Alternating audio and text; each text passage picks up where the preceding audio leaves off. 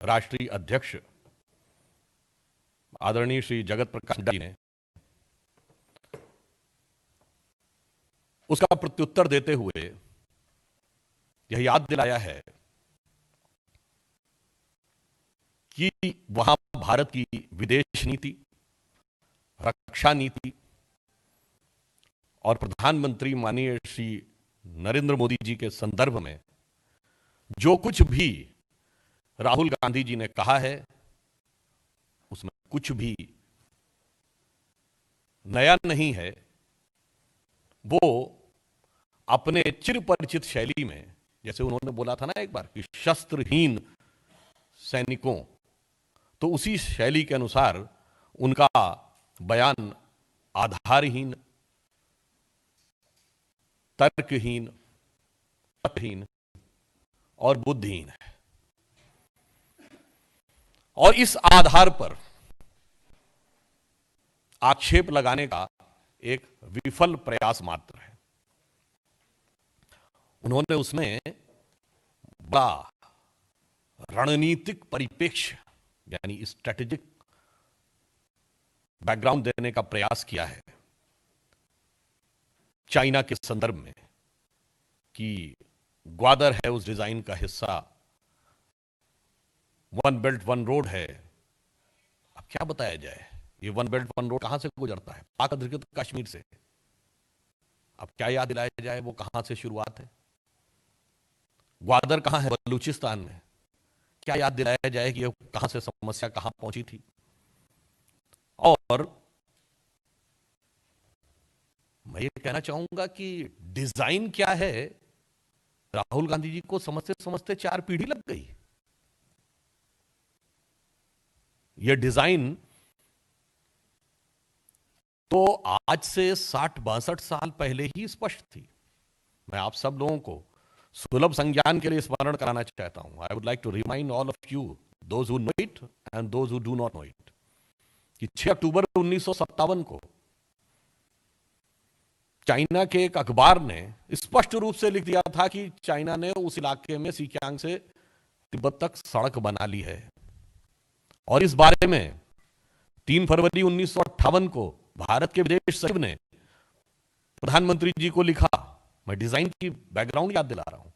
और 4 फरवरी को तत्कालीन प्रधानमंत्री जी जवाब देते हैं कि ये सारे विषयों के ऊपर बातचीत की जाए, और एक शब्द वो प्रयोग करते हैं कि चाइना के साथ इनफॉर्मल चैनल से बात की जाए, अनौपचारिक प्रक्रिया।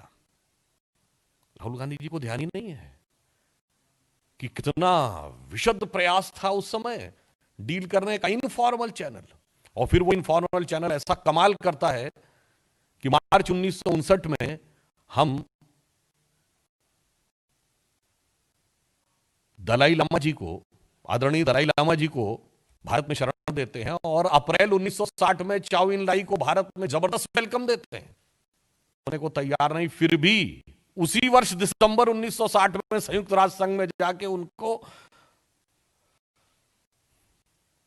परमानेंट सीट के लिए वकालत करते हैं। कितनी देर लगी डिजाइन को समझने में, और कितने जबरदस्त प्रयास आपने किए थे डिजाइन को काउंटर करने में। चलिए वो तो हो गया इतिहास की बात। ये मैंने कोई भी 1962 नहीं गिनाया है, मैंने 1960 दिसंबर, 1960 अप्रैल, फरवरी 1958, अक्टूबर 1957 बताया है। मतलब कोई झटके में हुआ कार्य नहीं था, स्टेप बाय स्टेप हो रहा था, जिसको उन्होंने कहा डिजाइन। सब डिजाइन के अनुसार हो रहा था, और भारत के शायद एकेडमिक क्वालिफिकेशन के हिसाब से सर्वाधिक पढ़े लिखे 2 प्रधानमंत्री, पंडित नेहरू और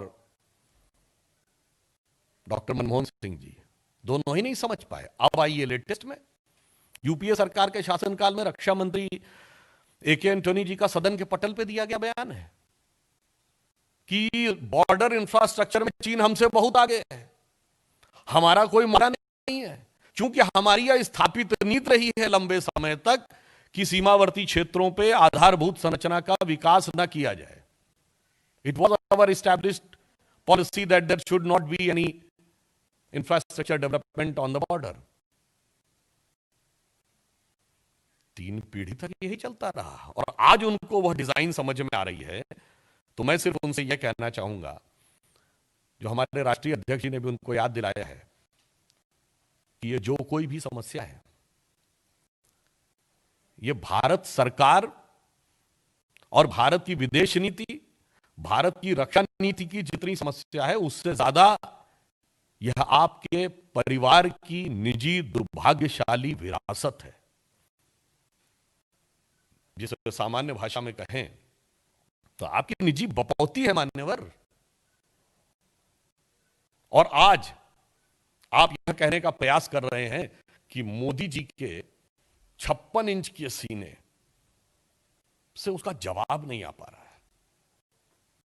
अब मैं बिल्कुल वर्तमान संदर्भ में कहना चाहूंगा, विगत कुछ वर्षों में मिसाइल टेक्नोलॉजी कंट्रोल रिजीम में हम सदस्य बनते 171 का युद्ध हो, 65 का युद्ध हो या 62 का युद्ध हो, तब भारतीय जनता पार्टी नहीं थी, भारतीय जनसंघ के रूप में जिस प्रकार का सहयोग और समर्थन दिया था, उसकी नेहरू जी ने भूरी भूरी प्रशंसा की थी। सिर्फ जनसंघ ही नहीं, राष्ट्रीय स्वयंसेवक संघ तक की प्रशंसा की थी। यह ऑन रिकॉर्ड है।